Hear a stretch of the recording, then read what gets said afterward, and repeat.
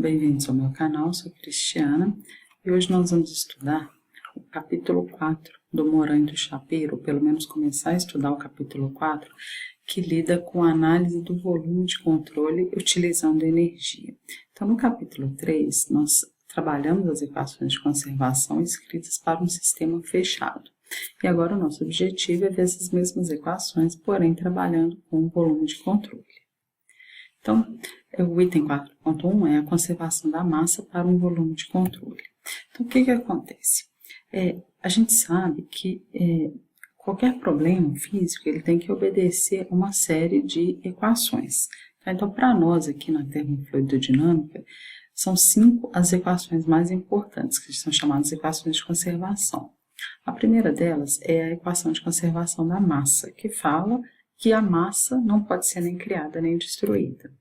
A segunda é a equação da quantidade de movimento linear, baseada na segunda lei de Newton. A terceira é a equação de conservação da quantidade de movimento angular, que é semelhante à equação da quantidade de movimento linear, porém aplicada para momentos. A quarta equação é a equação de conservação da energia, que é a primeira lei da termodinâmica. E a última é a segunda lei da termodinâmica.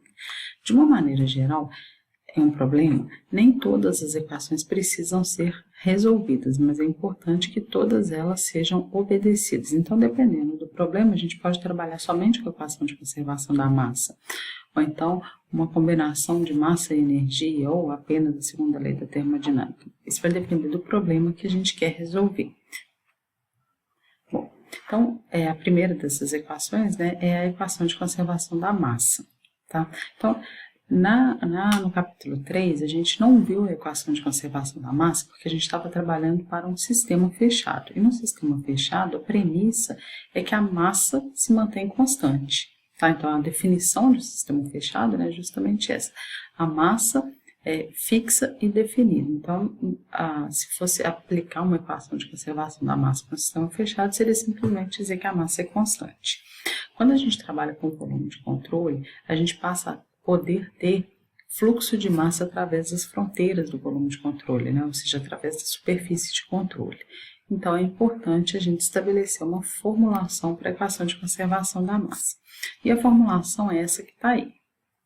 Então, a taxa temporal de variação da massa contida no interior do volume de controle em um dado instante de tempo é igual à diferença entre as taxas de fluxo de massa através da entrada e da saída naquele mesmo instante de tempo. Tá? Na forma de equação, que fica sempre mais fácil para a gente visualizar, a equação é dada por essa daqui. Então, dm dt no volume de controle significa justamente a taxa de variação da massa dentro do volume de controle. m.e e m.s são taxa de variação da massa. Tá? Então, o pontinho aí em cima, como sobrescrito, significa taxa temporal, tá? Taxa de variação da massa. Ezinho é entrada, Szinho é saída. Então, é a variação da taxa temporal da massa na entrada e da saída.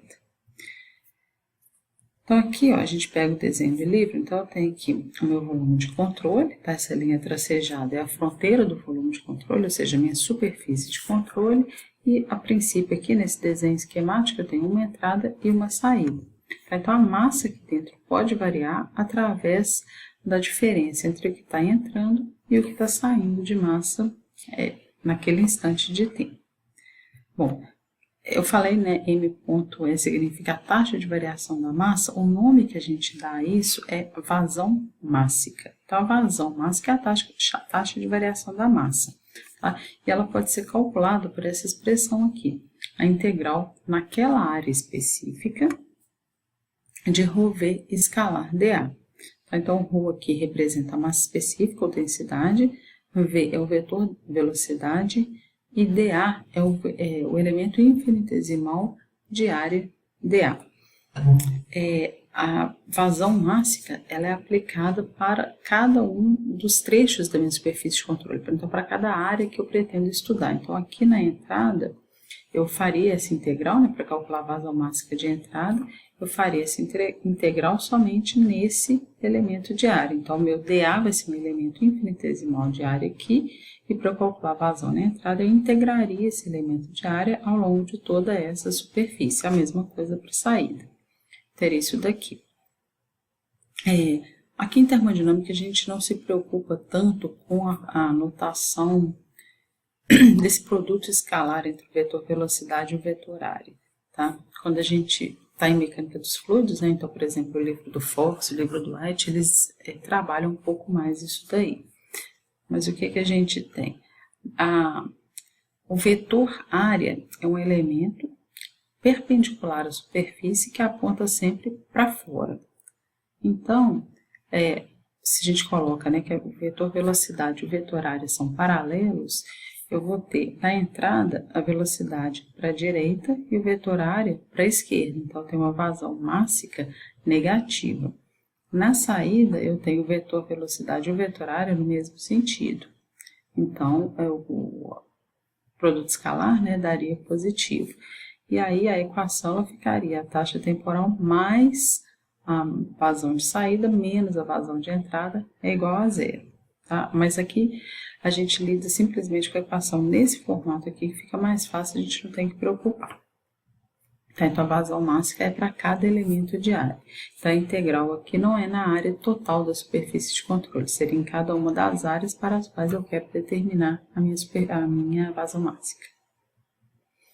E a vazão máxima, né, como ela é taxa de variação da massa, a unidade dela vai ser o quê? Massa por unidade de tempo, ou quilogramas por segundo. Fica mais fácil a gente entender essa equação se a gente fizer a interpretação física dela. Então, eu repetir a equação, né, a taxa de variação da massa vai ser a diferença entre a vazão máxima, a vazão máxima de entrada e a vazão máxima de saída. Tá? E aí, vamos imaginar que eu tenho aqui um reservatório, ele está sendo enchido através dessa superfície e esvaziado através dessa tubulação. Então, aqui, naquele instante de tempo, eu tenho uma altura aqui, L, e a área aqui de baixo vai ser A. Então, o que acontece? Desculpa. Se eu tenho mais massa entrando do que saindo, o que vai acontecer? O nível aqui, ele vai sempre aumentar. O que significa que, se esse termo aqui é maior do que esse, o dm/dt tem que ser positivo, ou seja, a massa no interior do meu volume de controle está aumentando. Tá? Então, vamos pensar assim, ó, dm/dt ele vai representar o quê? A taxa de variação da massa no volume de controle, ou seja, a quantidade, né, que esse nível aqui está aumentando ou diminuindo. Então, se a massa está aumentando, meu dm/dt vai ser positivo e o nível de líquido aí vai aumentar.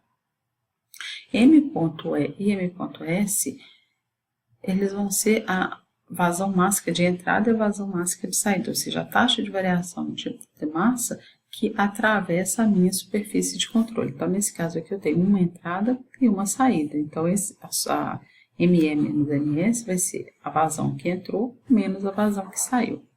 Mas se por acaso eu tivesse diversas entradas e saídas, por exemplo, está sendo enchido aqui por duas tubulações, eu trabalharia com o somatório. Então, a taxa de variação da massa no interior do volume de controle é a soma de todas as vazões mássicas de entrada menos a soma de todas as vazões mássicas de saída.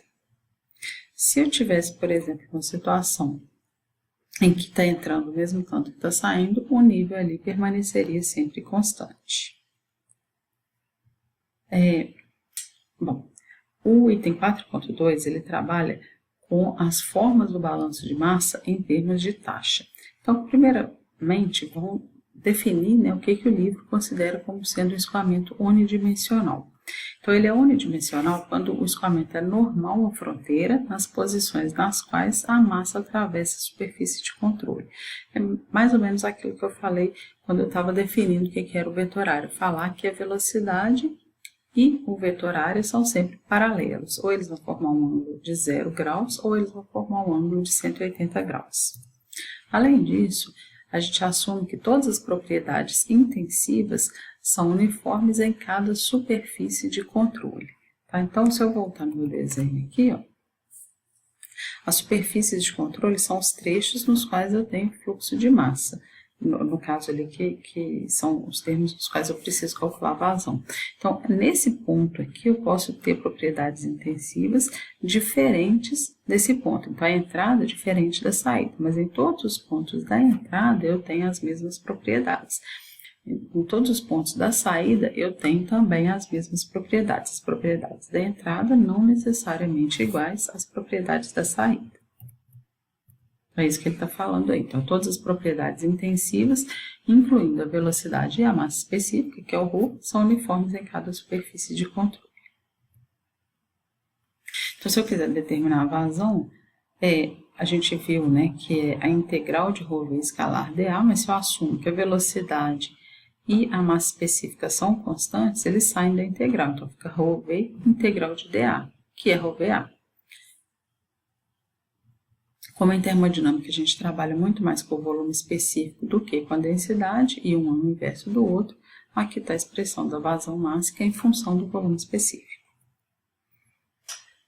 Quando a gente trabalha com líquidos, é muito mais comum a gente se referir à vazão em termos de volume. Tá? Então, a gente tem uma torneira, né? A gente vai medir a quantidade de água que está saindo, a gente não fala, estão saindo tantos quilogramas por hora. A gente fala em litros por hora. Tá? Então, a gente trabalha com o conceito de vazão volumétrica. Então, a vazão volumétrica é simplesmente o produto da velocidade e da área. A rigor, né, integral de V escalar dA, mas assumindo isso aqui, que a gente está trabalhando com escoamento unidimensional, em que os termos são uniformes em cada superfície de controle, a vazão volumétrica ela seria simplesmente velocidade vezes a área. E, de novo, a vazão volumétrica ela é aplicada para cada uma das superfícies de controle, então para cada um dos trechos nos quais eu tenho fluxo de massa, cada uma das entradas e cada uma das saídas. A unidade da vazão volumétrica é volume por unidade de tempo, então no sistema internacional a gente tem aí metros cúbicos por segundo. Se eu for trabalhar em regime permanente, então, o que muda? O que é a definição de regime permanente? Que as propriedades não variam com o tempo. Então,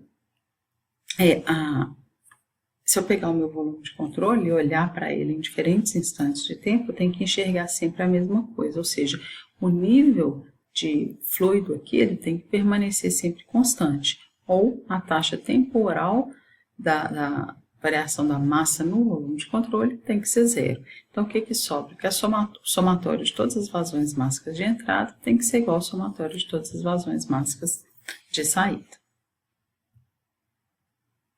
Se eu quiser agora a formulação integral desse balanço de taxa de massa, o que a gente tem?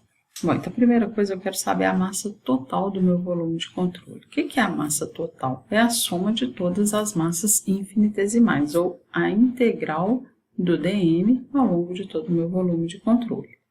Se a gente usar a definição da massa específica, o ρ é a massa sobre o volume. Então, a massa vai ser ρdV, então vai ser a integral do volume de controle de ρdV. E para que a gente usa isso?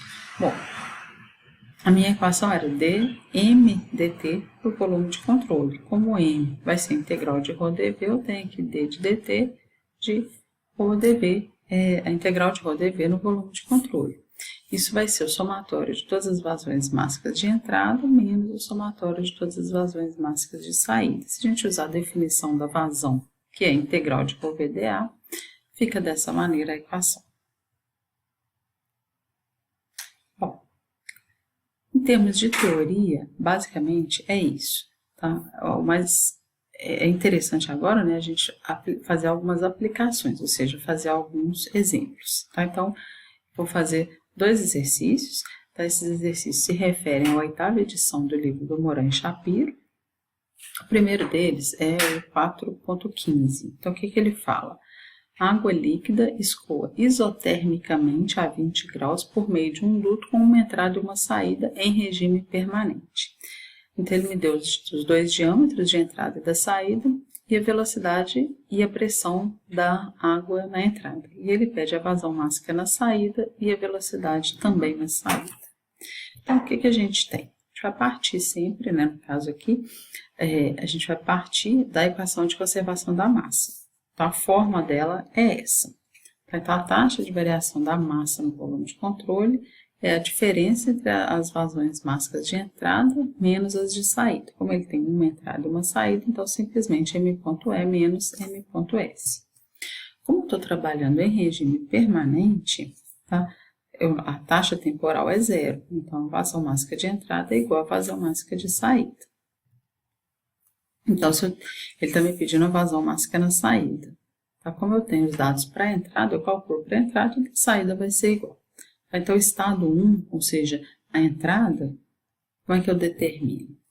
Bom, ele me deu aqui ó, a temperatura e a pressão. Tá? Então, eu peguei aqui a tabela da água em função da temperatura e vi que a temperatura é de 20 graus, a pressão de saturação é 0,02339 bar. Como a minha pressão é de 1 bar, isso significa que a pressão do meu estado, né, no ponto 1 ali, é maior do que a pressão de saturação. Então, se a gente pega essa curva aqui, né, pressão-temperatura, que é a curva de pressão de vapor. Se eu pego uma linha aqui para uma dada temperatura, se a minha pressão é superior à pressão de saturação, que é o ponto onde encontra a curva de pressão de vapor, né, que é a curva aqui, ela vai representar o par, pressão e temperatura de saturação. Então, para a temperatura de 20 graus, a pressão de saturação seria esse ponto, 0,02339 bar. Como o meu estado, né, pressão é 1 bar, está acima. Então, a gente está aqui na fase líquida. Então, eu estou na região de líquido comprimido. Então, como é que eu faço para determinar as propriedades da água nessa fase? Se a gente for nas tabelas lá do livro, a gente não vai encontrar uma tabela de líquido comprimido para pressão de 1 bar. Mas a gente já viu que para baixas pressões eu posso assumir que o volume específico é igual ao volume específico do líquido saturado à mesma temperatura. Então, como a temperatura é 20 graus, o volume específico no ponto 1 vai ser igual ao VF, que é o volume específico do líquido saturado, a 20 graus. Que no caso aí, 1,0018 vezes 10 a menos 3. Eu já falei nos vídeos anteriores, mas não custa nada repetir. Quando ele coloca aqui VF vezes 10 a 3, no caso metros cúbicos por quilo, significa que esse número aqui é o volume específico vezes 10 a 3, ou seja, o meu volume específico é isso vezes 10 a menos 3. Então, por isso aqui, esse valor. Fica fácil também de lembrar, né? Se a gente pensa que a densidade da água é da ordem de 1000. Então, seria o inverso de 0,001. Então, eu calculei o volume específico no ponto 1. Então, para eu calcular a vazão máxima, o que eu vou fazer? O meu M.1 vai ser VA sobre o volume específico. Então, ele me deu a vazão, me deu o diâmetro, e eu calculei, e eu determinei, né, o volume específico. A área é a área da seção transversal, então πd é 2 sobre 4. Então, achei que a vazão na entrada é 12,54 kg por segundo. Como a gente está trabalhando em regime permanente, a vazão de saída é igual à vazão de entrada. Então, os mesmos 12,54 kg por segundo. Uma outra coisa que ele pede para determinar é qual que é a velocidade do fluido na saída. Então, se eu conheço a vazão, tenho a área, que era a velocidade, basta eu achar o meu volume específico na saída. Se a gente voltar aqui no enunciado, ele não me fala nada da saída. Tá? Ele só fala que a água escoa isotermicamente, ele não me dá pressão na saída. Tá? Desculpa. Mas, se é um líquido em temperatura constante, o volume específico também vai ser constante. Por quê? Porque líquidos a gente pode considerar como sendo incompressíveis. E como a pressão é baixa, eu não vou ter... na verdade, eu vou poder assumir que para a saída eu também posso trabalhar com o volume específico, sendo igual ao volume específico do líquido saturado àquela temperatura. Como a temperatura é a mesma, então o volume específico da entrada é igual ao da saída. Então, V1A1 sobre V1 é igual a V2A2 sobre V2. Vazão 1 é igual a vazão 2. Como os volumes específicos são iguais, eu tenho que V1A1 é igual a V2A2. Bom, no enunciado foi dado que o diâmetro de saída é o dobro do diâmetro de entrada. Então, isso significa que a área de saída é 4 vezes a área de entrada. Ou, usando a expressão aí, a velocidade da saída é 1/4 da velocidade de entrada. Então, se foi dado no enunciado que a velocidade de entrada é 40, a de saída vai ser 10 metros por segundo. Tá? Esse é um exemplo relativamente simples, tá? Mas ele tem o papel aí, né, de mostrar primeiro a questão do líquido comprimido a baixas pressões, então uma revisão aí da questão da parte de tabelas termodinâmicas. Ele mostra também que se eu tenho um líquido comprimido, a minha vazão volumétrica ela é constante também. Então, se eu tenho variação de área, eu vou ter uma variação de velocidade correspondente. Então, no caso, se o meu diâmetro dobrou, a minha área vai quadruplicar e a minha velocidade vai ficar dividida por 4. Bom, o outro exemplo é um exemplo em regime transiente, tá? Porque esse primeiro foi um exemplo em regime permanente. O segundo é um exemplo em regime transiente. É o 4.7, também da 8ª edição do Moran e Shapiro. Então, ele fala o seguinte, ó, a figura fornece os dados de entrada e de saída da água, de novo, de um tanque. Ele quer saber a vazão máxima na entrada e na saída, ambas em quilogramas por segundo. E no caso, se elas forem diferentes, né, e vão ser porque é um problema em regime transiente, como que a massa de água contida no tanque está mudando. Então, ele me deu aí na entrada, eu tenho a velocidade, a área, pressão e temperatura. Na saída, as mesmas propriedades, tá? Ou valores diferentes para as mesmas propriedades. Então, a velocidade, a área, pressão 2 e temperatura 2. Bom, a gente sabe que a vazão máxima é ρVA, que vai ser dado VA sobre Vzinho, volume específico.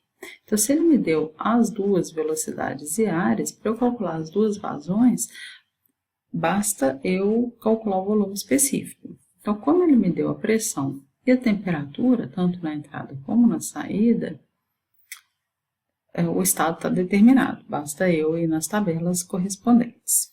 Tá? Então, no ponto 1 ali, o estado 1, né, que seria a entrada, o que eu tenho? Bom, ele falou pressão 20 bar, temperatura 600 graus. Então, meu volume específico é esse daqui, 0,1996. Aqui cortou, tá? Mas é V1, é na mesma ordem. V1, A1, P1, T1.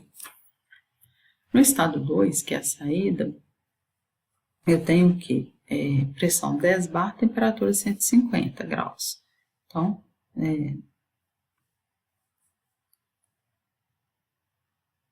10 bar, 150 graus, eu tenho esse... Não, mentira. Pressão 150 graus, aí eu tenho aqui a minha pressão 4.758. Então, como a minha pressão é 10 bar, significa que a pressão é maior do que a pressão de saturação. Então, eu tenho líquido comprimido. Tá igual no exemplo anterior. Se é líquido comprimido, o meu V2 vai ser o volume do VF, né, o volume do líquido saturado, a temperatura de 150. Então, o meu V2 vai ser esse daqui. Então, de novo, 1,0905 vezes 10 a menos 3. Então, se eu já tenho a vazão, se eu tenho a velocidade, a área e o volume específico, eu consigo calcular as duas vazões. Tá? Então, usando a expressão, tem que V1 sobre Vzinho, a vazão, a velocidade, a área e o volume específico, achei a vazão máxima de entrada. A mesma coisa para a vazão máxima de saída. Então, o que está acontecendo? Se está entrando uma quantidade diferente de água da que está saindo, quer dizer que o nível de água ali vai estar variando. O que a gente sabe? Se está entrando menos do que está saindo, o meu nível de água tem que diminuir. Ou seja, o meu dm/dt tem que ser negativo. Tá? Então, ó, dm/dt vai ser m ponto de entrada menos m ponto de saída. Então, 1 menos 5,5, que me deu menos 4,5 kg por segundo. Tá? Então, como esperado, a gente achou um valor negativo, significando que o dm/dt está diminuindo com o tempo, ou seja, o nível de água dentro do tanque está reduzindo ao longo do tempo, nesse instante de tempo. Bom, o vídeo ficou um pouquinho grande, né, quase 25 minutos, mas é porque eu achei melhor juntar os dois exercícios no mesmo vídeo da teoria para tentar fixar melhor o conceito. Espero que não tenha ficado dúvida. Se tiver alguma dúvida, pode colocar nos comentários que eu respondo. Obrigada.